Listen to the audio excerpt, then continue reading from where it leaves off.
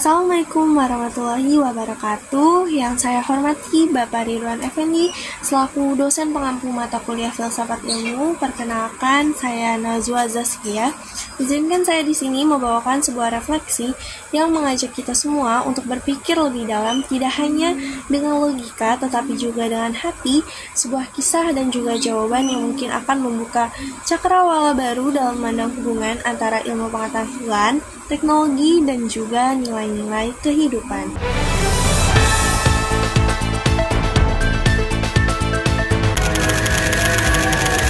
4 tahun yang lalu, cloning sel manusia pertama kalinya ini berhasil dilakukan. Selengkapnya dalam On This Day.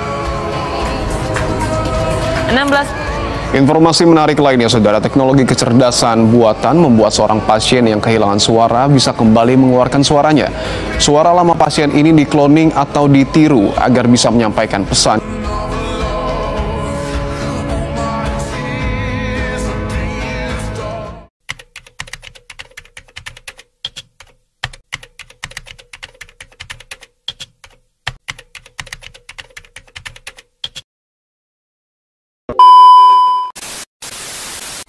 Pada suatu hari, dunia ilmu pengetahuan dikejutkan oleh kabar dari sebuah universitas ternama.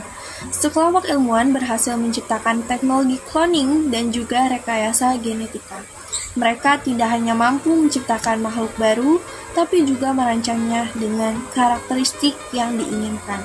Penemuan ini disambut dengan gegap gempita oleh para ilmuwan dan juga pelaku industri bioteknologi.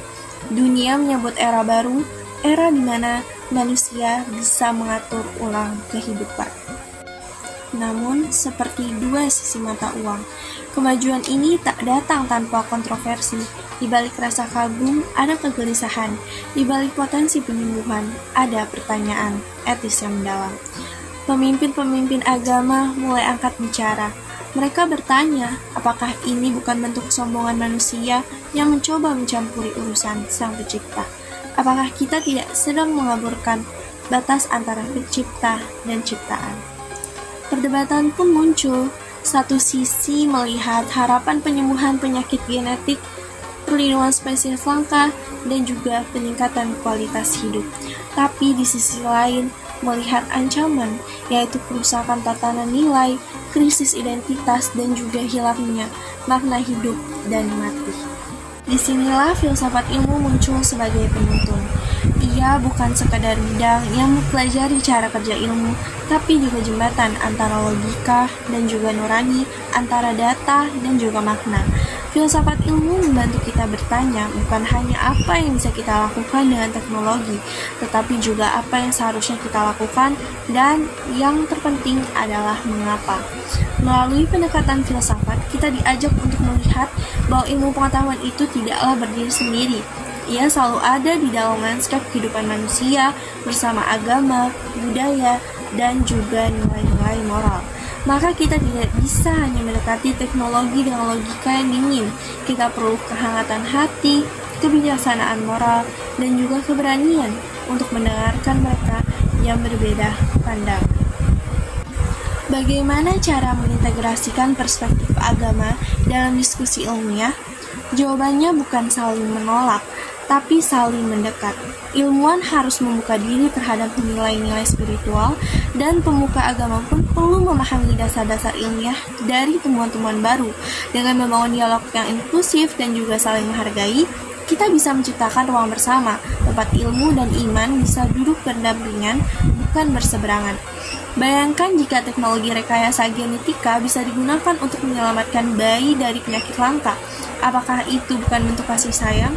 Tapi bayangkan juga jika teknologi ini disalahgunakan untuk menciptakan manusia superior dan diskriminatif. Apakah itu bukan bentuk keserakahan? Maka jawabannya bukan pada teknologinya, tapi pada niat, nilai, dan juga batas yang telah kita sepakati bersama. Dunia tidak hanya butuh ilmuwan yang cerdas, tapi juga bijak. Tidak hanya butuh teknologi yang canggih, tapi juga etika yang kokoh. Di era modern ini, kita tidak hanya berjuang untuk kemajuan, kita juga berjuang untuk kemanusiaan. Dan filsafat ilmu hadir sebagai kompas moral yang membantu kita menemukan arah di tengah badai kemungkinan.